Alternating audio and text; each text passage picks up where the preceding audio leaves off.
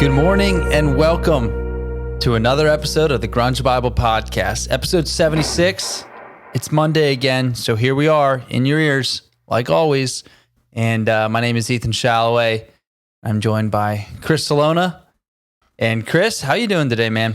Man, I could not be better. We're knocking a bunch of podcasts out, and this is the first episode that will be released during the month of September. This is coming out on September the 5th, and we're sitting down. It's August 17th. We're doing this right now, and even though this is only like 2.5 weeks away, in my brain, there feels like such a big line of demarcation between the middle of August and September, and it feels really weird thinking that we're doing something for September right now, but it's not that far away, I guess, but I'm good. We're hanging in there. We got the juices flowing today. So yeah, we're rip roaring, and so for us this weekend, September 5th is Labor Day weekend. So I'm just picturing us on a weekend, stress free, kind of cleaning our hands because we got this we got this taken care of a few weeks before, and we just get to relax. It's coming out. So it's you guys get to listen to it, and I think our energy levels have risen. I think we're in a good spot right now. I'm pretty pumped up for this one. I feel good. You never know. It's like athletic performance. You never really know, how you might feel until you get out onto the field of competition. But now that we're out here on the podcast field, I feel pretty good, and it's going to be good. We have a good episode lined up for today, and we're going to be talking about the Tragically Hip and Gord Downie, and accordingly, I have changed into my Canada hat. My hat has the Canada leaf on it in accordance with the subject matter for today. And now this is a band, as we get into it this week, this is a band that we have been told to listen to forever, and we've made friends from north of the border up in Canada, and they love the Tragically Hip, and they always tell us, hey, you need to listen to them. And every single thing that I've ever listened to from the Hip in the last couple of years since I was introduced to them, I've really enjoyed. And I think this episode kind of serves as a call out. I think everyone listening out there, if you're not familiar with this band, to check them out. And also a reminder for us that there's a lot of great music, and this band was together for the better part of 20, 25 years, and a lot of great music out there, and a lot of really, really genuine efforts. And it's a great band. They're a great band. They're the crown jewel of Canada. I'd say Canada's one of the more beloved bands from Canada. And I think Gord Downie is right up there with the likes of all of the great musicians to hail from Canada. Obviously, you have your Neil Youngs, your Justin Biebers, your Chad Krogers, etc. Gord was a great man, and we lost him before his time, I think. But really excited to talk about some Tragically Hip. Yeah, good synopsis right there. Really set the tone. I mean, he's a Canadian secret, as they like to call it. Yeah. Which is good. You know what else is? Since this is September, it's begun. You know what? Who just it's taking a vacation for a month? Billy Joe Armstrong is going. That's true. Another. Yeah, you're right. He's going to sleep, man. We had to wake him up when September ends. So yeah, he's down for the count. Yeah, lucky guy, man. That would kind of be nice. Sleep for a month. I could use that right now. When I think about stuff like that, I always think about when COVID first hit. Like a month went by, and I don't know if it was. I'm not sure how true it was. But a story came out that Jared Leto was on like a walkabout for like a month and a half or something like that. We had no technology, no nothing. And so he came back in like mid-April or something like that and had no idea that COVID was going on.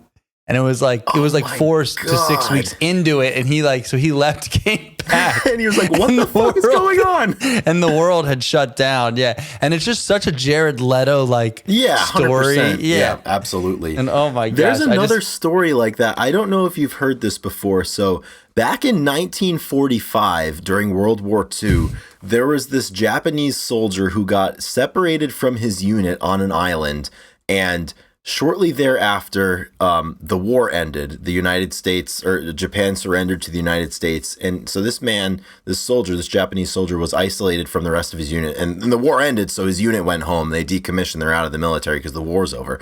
this soldier didn't know that the war was over. And throughout the years, people would try to like drop propaganda leaflets to him or just informational leaflets at that point. Like, hey man, the war is over.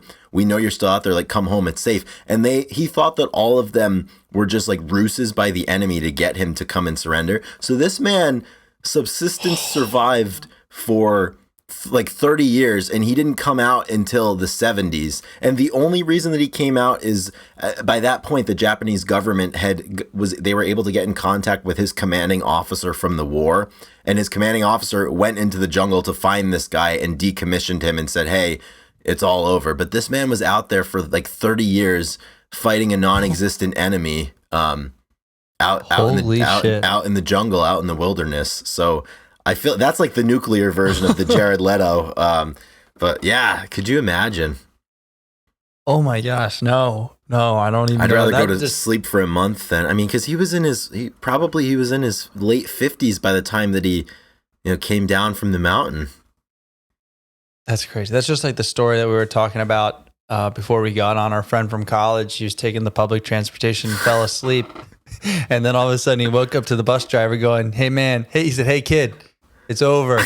And he had to go home. That's how that guy probably felt in the jungle when the guy came and was like, "Hey man, it's over. Like, come home." Yeah. It's like, okay. Like, holy cow. Wow. So pretty crazy. Yeah. So Billy Joe, I mean, yeah, he's asleep right now. Do not disturb Mr. Armstrong until the 1st of October. So glad that we've put him to bed, and now because we've done that, we can have a good episode. So this episode, now we can get on with it. Yep, absolutely. This episode is episode number 76, and we wouldn't be at number 76 without the help of everyone listening. But most notably, we would not be here without the help of our top level patrons over on Patreon. And at the time of this recording of the show, our top level patron list reads as follows. We would like to thank Eddie Vedder got me through my second divorce, Shoe the Shoeless, I Hate Your Mom, Kitty Cooper, Brother Nature, The Blue Owl, Kara K, Carlene Salona, Seattle 4 Fanboy from New Jersey, Fresh Tendonitis, Jamie Lynn, What the Fuck's Up Denny's, our number one fan from Australia, Wayne Staley, Fuck Soup, Rachel Corning, Alex Long, Darian Riddle, Jade Mercado, Doug Endy, Black Hole Sean, Captain Hightop, Lauren Irene, Millie, Release, Nikki Six, Marianne, Alexis Shannon, Kayla Jean, Sunny Mashburn, Chris LSMS, and Faith Bittner. Thank you all for your unwavering support of this project. You are making it continue to roll well deep into year 2. And we're very grateful for that. And because of that, we get to have good music conversations every week. So let's do another one of those, Ethan. What do you say? Let's do it, Chris. We owe it to them. They have gained our support and they have gained our commitment to them by supporting us. And here's another thing about this Grunge Bible podcast. Like, a lot of people have their own ways of recording shows, and they might do little bits here and there. Ethan, you and I, we just come in and we just roll it. We do it live. We roll. We rarely make cuts. The only times we make cuts is like when my internet crashes. So or a dog barks, or barks, or dog gets going, or we lose our train. Yeah, but like we're rolling. This is the unfiltered product, and we're very happy that people seem to be enjoying it. And if you enjoy it, we make it for you. We don't make it for anybody else. This is strictly for the people that enjoy it. So we're glad you're here. Absolutely. So, if you guys like to support, we'll talk about it again at the end. But without further ado, let's get into Canada's secret, which is the Tragically Hip. Absolutely. And this is... These guys are kings. Yeah. This is the great public service announcement that most of our listeners are in the United States, and the Tragically Hip never really broke through, certainly like they did in Canada. Right. So I think we could do a lot of good this episode and introduce people to a band that they might not have spent a lot of time listening to. So Ethan, how did you hear about the Tragically Hip? Through the page, of course. Yeah. I mean, we had some people that were always asking us to post them. And one thing that I always think about, I always connect this to, is you posted them and you posted it for somebody. Yes. That I believe it was a sibling. I can't remember if it was their brother. It was a very close story where somebody passed when they had the same terminal brain damage as Gord did, yes. Correct? Mm-hmm. And you posted something very nicely, and then obviously he responded, and it was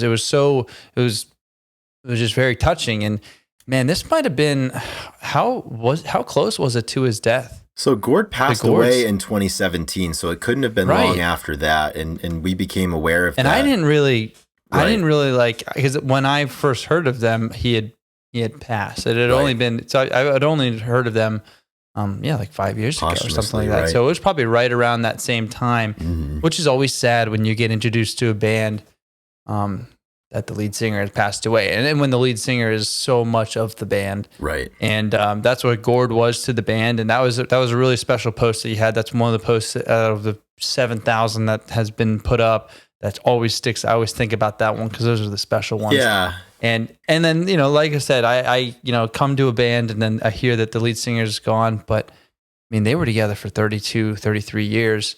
And that's incredible. I mean, that is a long-standing band. I mean, that is...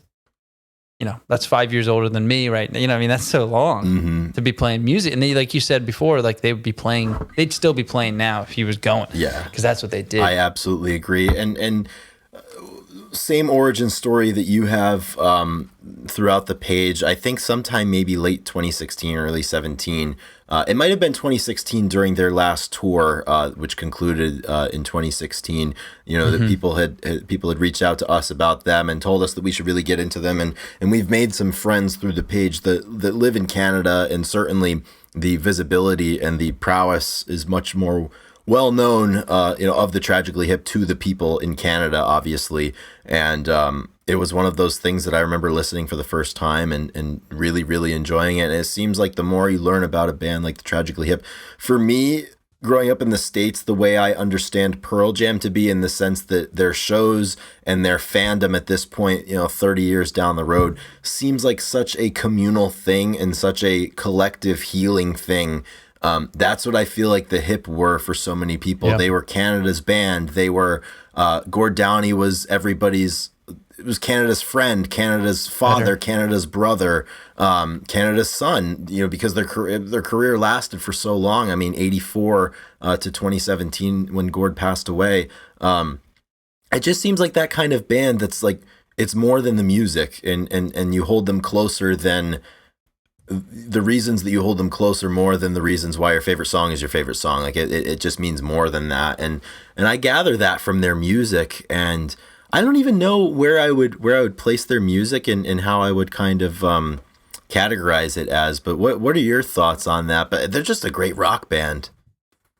They are. Yeah. I was thinking about this before, and I was listening to them, and I like some of their slower stuff and medium stuff I really enjoy, but they're just a great rock band. Like, I mean, in the best, in the most, how do I say it? They're really good to me. Like, I want to say, I love dive bar bands. Yeah. And I feel like they should, like, they're in the dive bar Hall of Fame. They just look like the perfect band that you go and you get one of those unexpected, awesome experiences, kind of intimate. They're just playing music because they love it. The people there know them. Like, it's so communal, and it's just like, it's just right for a smaller setting. But I know they also played, they played Woodstock 99. They played some really awesome big shows. Yeah. And they used to play on Canada Day all over the place. And they could really do it all. And I think it's because Gord was, I mean, his voice was unique. It had just that really little bit of flair to it that makes bands stick out, and then that makes the musicianship kind of ride. Yeah. And that's what it was, dude. It was just a really good ride all the time. Yeah. It seemed like, I mean, when I watched the videos, I'm like, damn, these guys are just like having fun. And they look like they're having so much fun. And something else that's really cool. So this band was together from 84 until Gord's passing. It was the same personnel in the band the whole time, which is just, you don't see that all the time. And the most Canada thing about this band is not only is the lead singer's name Gord, but there's another Gord in the band. Absolutely. The bassist, Gord Sinclair. And if we go down the lineup and give them their due, you had Gord Downie at the front, obviously, leading the band. You had Rob Baker, the very talented guitarist, Paul Langlois also on guitar, Gord Sinclair on bass guitar, and Johnny Fay on drums. And I think that's such a cool thing. For a band to, one, last that long, two, be that active over those 32, 33 years that they were together. And Ford, you just think about the seasons of life that these guys went through together. I mean, obviously, everything. You had children, you had marriages, you had divorces, you had losing parents, you had losing friends, siblings, and obviously losing one of your band members in a very emotional and drawn out fight with cancer. I remember, I think they went public with Gord's cancer diagnosis in early 2016, and it was terminal. He was diagnosed with terminal brain cancer, and he decided that at that time that he wanted to take the band out again. And this is one thing I wanted to bring up. This is probably the most unique thing about the band, and like its story is, there was a time when they knew what was going to happen. Yeah. And they kept playing the music. And then the shows grew, the shows became something so different. And you watch some of those like final live performances. There was so one emotional. Oh my gosh. And he's just, I'm actually, I'm getting chills thinking about it. He's just yelling. And you could like, someone commented and was like Gord isn't just yelling at, for like show, like he's yelling at mortality. He's yelling at sickness. He's yelling at cancer. Like, and it was like all these like words. And I was like blown away because he chose to continue playing, and people went, and like I can't imagine, their final show on the 20th and August 20th, 2016. Just knowing that what's going to happen in like the last show. Yeah, and they broadcasted it nationwide in Canada, and like almost just under 12 million people like watched it live. And I'm just. And you think we make jokes about other bands, playing, reunion tours and like last show ever, going out of business stuff. But like, this is one of those times where like, it was very real. It was like, this is the last time that we're going to do this. So, oh man, it's really such a unique story and finish does, to you their. said it gives you chills. It gives me chills. I'm sitting here thinking about that. And just, I think watching the footage from that and just listening to the interviews that Gord did throughout that tour and that year. And he did a really, really long one that year for CBC up there, and it's on YouTube. And it just feels like those shows, if you could pick one word to encapsulate what they felt like, it was just love. Because it's such a rare thing, I think, in life. And it's one of the cruelest elements of life to know, to have a crystal ball and what's going to happen. And in this sense, the Gord Downie, he was dying. He was dying, and for him to choose to go out there and bring that community together, and for his own sake, for the bands and for all of the fans to get together one last time, or over that summer for people that were able to go. It's just it's hard to describe what that feels like, because they released records. I mean, people grew up listening to Hip records, got married, had kids, and then their kids listened to Hip records and went to Hip shows.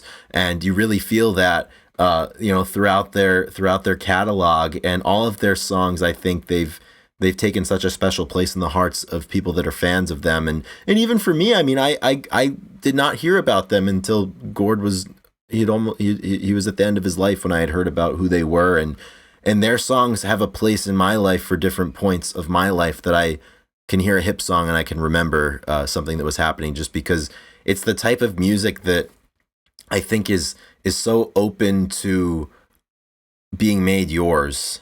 You listen to it and it's so open and it's accessible and it's applicable to what's going on in your life. And I think that's something that really really made them special, because not everybody can do that. Not everybody can do that sonically, and not everybody can do that lyrically. And they were so good at doing both of those things. Or authentically, too. Yeah.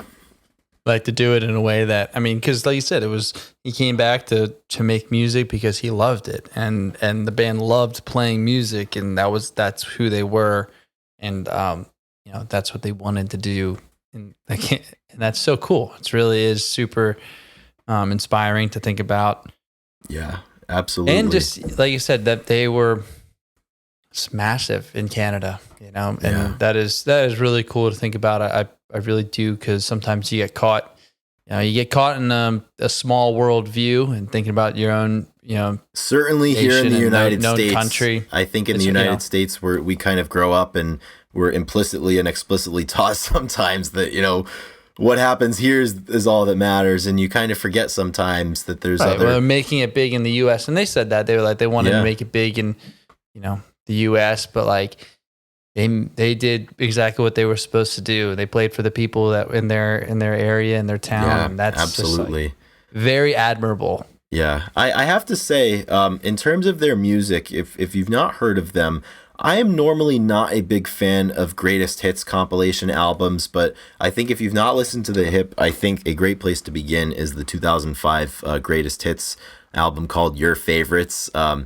They called it Your Favorites. It's certainly got most of my favorites on there. And just like I think they put out 13 studio albums throughout their lifetime. Yep. And I think from all of them, there's songs that kind of struck me, going back to one of my favorite records from them is Road Apples from 1991 and Fiddler's Green and Last of the Unplugged Gems. I think, you ever listen to a song, Ethan, sometimes where you listen to it and you just say, shit, I wish that was 12 minutes long instead of 2 minutes. Yeah. That is this song for me, Last of the Unplugged Gems. And it's kind of, They were so versatile with what they could do. I mean, they had fast stuff that was kind of rocky. They had, stuff that would fit in a dive bar. They had emotional, slow, sad songs. I mean, Fiddler's Green is so sad. And they just they were able to capture so many different planes of emotion in their music, which is something that I really, really appreciate. And just kind of looking through the songs of theirs that I really appreciate. Like all of them are unique in the sense that they affect me in a different way. And I think that's something that's really, really cool. Yeah, I totally agree. Those are some great songs. Obviously, Bobcaygeon is an incredible song. It's the one that pops up probably for most people. Yeah. And at the end, I think a lot of people were playing Ahead by a Century. And that song might be my favorite. That one is really, really good. Yeah. Yeah, it just fits them really well. And like I said, people were playing it, people were covering it. That was kind of the song that to send them off with, which is really cool. Yeah, and I'm glad you mentioned Bobcaygeon. That's one of the songs of theirs that I have this very, very vivid memory. It was, I think, 2018 or 2019, and I was not particularly happy with like where I was at in life or like what my job was and just kind of what was going on. And I remember I listened to that song and I was just driving.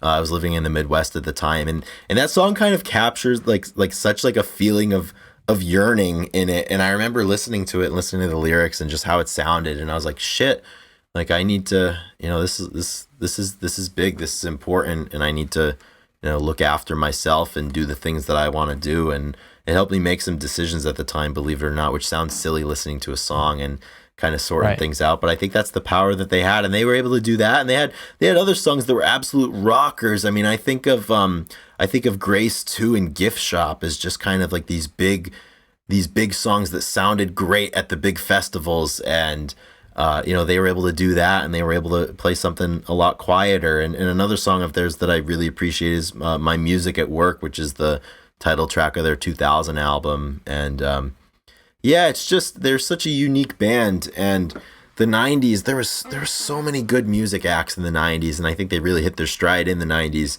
with a lot of those records that came out. And I can't say enough about this band, really.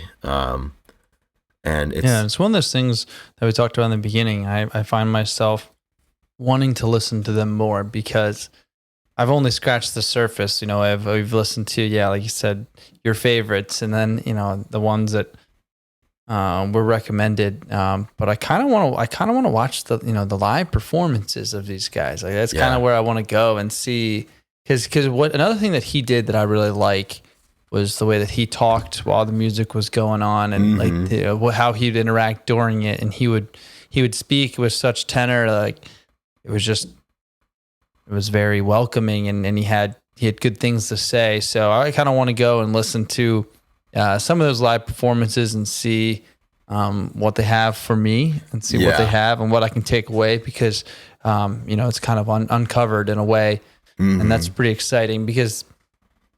Yeah, I mean, there's a lot of music. There's 13 albums, 33 years. There's a lot of live performances. And speaking of that, there's one version. So their song "Poets," which is off of the same record Bobcaygeon's off of. You'll love this video. I've posted it a couple of times, but it's from a 2005 the Live 8 show. They played Poets, and Dan Aykroyd came on the stage and took the harmonica and just hammered away. And what we were talking about earlier, how authentic they felt and how authentic they were, not just they felt, they were having so much fun. And that's so cool. And honestly, out of all of the bands, we've posted so many bands, and inevitably somebody out there will have something bad to say about whatever band we post. I don't think we've ever gotten a bad comment or somebody saying that they don't like this band, and the people that like them feel so attached to them. And I think further more than anything that we could ever say about them, or any music commentator or critic or what have you could say about that, that's the testament to the band, is the fact, like, we'll do a little social experiment when this comes out. We'll post Tragically Hip on September 5th, and just read what people have to say and how endeared they feel to this band. People like to write about the band too, and we've had a lot of good stories. And maybe it's because they don't get the as much hype as other bands and stuff. They still kind of feel special. So when they do come up. Yeah. So when they do come up, people that's when they're excited. You get excited.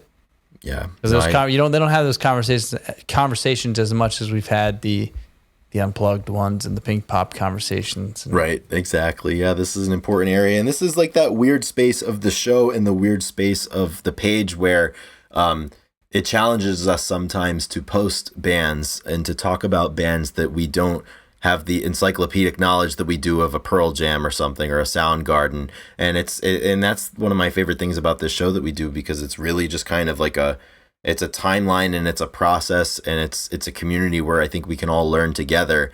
And sometimes people will come to us and ask us our opinions or ask us what we know. And I much prefer those conversations in those moments where we can discover things together and talk about new stuff together, stuff that's new to us at least. Because I think that's how you form bonds to music, is you share it with people at that point where you first sink your teeth into it. I think back to those days where we were getting into grunge, and I think I wouldn't love it as much as I turned out to love it if I hadn't discovered it alongside you, and if we hadn't. Right. It was just so cool, because it's like you listen to something and you're like, holy shit, and then your next thought is, I can't wait to show this to. In my case, I was like, I can't wait to show this to Ethan. Like, I need to send this to him right now. And I think, you know, with a band like this, I'm sure over the next couple of days and weeks, we'll probably get more into this. And that's going to happen again, where it's like, wow, like, this song is so good. Like, I wonder if Ethan's heard it. Like, let me send it to him. Or Chris needs to hear this. And I think that's my favorite thing. Music is just a venue for discovery and for community. Yeah, I totally agree. I mean, it is fun to get pushed in these in this direction, kind of music discovery, and especially when the band is deserving. You know, I don't know. You know, sometimes we get pushed. Sometimes they're not. And I actually kind of feel like I owe it to the rock and roll world, the Canadian rock world, the hip fans. All I feel like this is a part of rock history that I need to know. I need to be in. Is. So I have no problem taking that discography and taking a dive, slow dive. Absolutely, I totally agree. I'm up for it. Hell yeah, I'm up for it too. I hope everyone out there listening is also up for it, and we can all head into the Tragically Hip. Also, that's a sweet name for a band. It is. It's so good. It's so good. It is very good. And I love that people obviously shorthand is the hip. Yeah. Oh yeah. It's pretty solid. It's a good name. They knew what they were doing, and they did it well for all those years. I mean, long time. Man, it's and it really is a poetic, like, it's so sad that we lost him, but the way they went out and how they were endeared, and I mean, it's beautiful career as a whole. Yeah, so I think I'm happy for that they had that, and Canada had them. Like, it's 100%. special. I think one of the most selfless things you can do is help other people create memories that they carry for the rest of their lives, and I think that's the draw, and that's the rub on a lot of these bands that we like, and the Hip certainly did a lot of that over their years, and especially on that last tour in 2016, they made a lot of memories for a lot of people, including for themselves. However long or short they were able to hold on to those, and That's what we like, and that's why we listen, and we're going to continue to do that. So if you haven't listened to much hip, I think you should do it. So here's your sign. Yep. The Grunge Bible public service announcement. So we don't get preachy about stuff, and this isn't preachy, but this is non-negotiable. Once again, I think you got to listen. I think you should. I agree. So if you're still listening, thank you very much. We appreciate you greatly.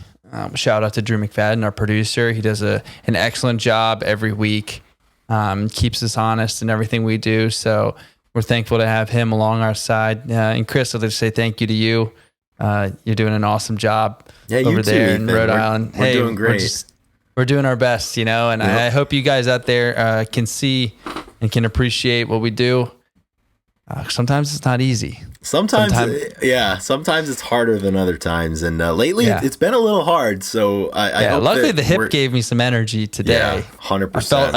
I felt Gord today, but lately it has been tough, and we're doing our best over here. So I hope you guys appreciate it. Yeah, as long as you're enjoying it, we're enjoying it. So we're gonna continue to do that. So I think we're gonna finish off with some more songs of the week. Yep. We just, it feels, we're doing a few in a row. Yeah, we're slamming several podcasts today. So it's so weird to check in and pretend that it's fresh or talk about it being September 5th when it's August 17th. And this is the second podcast that we've done, and we have a couple more to do or whatever. But yeah, song of the week. That's the thing. It sucks sometimes because this is not an accurate portrayal of what my September 5th song of the week would be, because it's still August here, still middle of August. But I think there's only...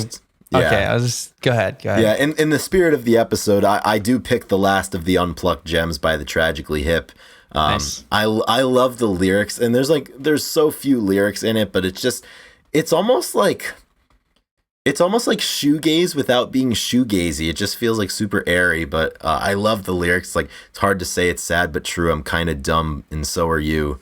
The last of the Unplucked Gems, and I don't know what that means. I don't know. Right. I don't know where the unplucked gems are, why they haven't been plucked, and why there's so few of them left. But it feels important. It just feels really important, and I fucking love that song. It's consistently one of my top songs on Spotify because it's so short. So I just put it on replay over and over and over and over again, and I just love it. I love it a lot. That's good. Yeah, I was thinking it's only fitting that we pick a hip song for this one, and I'm gonna go with "Ahead by a Century," and I want to point out the couple of the lyrics because I think it's he was great. He wrote some really great stuff. But right in the chorus, and that's where the hornet stung me, and I had a feverish dream with revenge and doubt. Tonight we smoked them out. You are ahead by a century.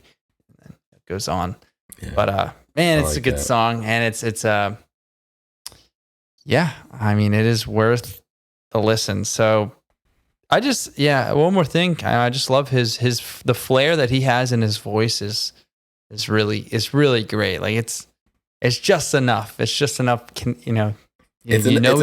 Enough Canadian, yeah. yeah, it's perfect. Yeah. No, so. I like that too, because sometimes it doesn't come across. I think of Camp Cope. They're from Australia, and their lead singer Georgia Mack. You can tell she's Australian. You listen to Gord, you can tell he's Canadian, and I love it. It's awesome. And it's just such a, I don't know. It's one of those bands. I always find myself smiling when I think about them, and I always find my mood inflated from them. So I appreciate that a lot. So. What a good episode. I like that. I liked it too. All right, guys. Hope you did too. And if we didn't, I like to say, we will be back next week and we will try again. So if it didn't work this week, give us another shot next week. We will do better. And if we don't, well, go back in the archives and find one. Yeah, and if you really can't find one, if you cannot find one, well, we tried our best. Yeah. There's no failure in effort, as they say. So we're trying. Well, everyone, that'll just about do it. We'll see you next week for episode number 77. Until then, take care and rock and roll. Yep. Have a great week. Rock and roll. Exactly. Be good, everybody. See ya. Later.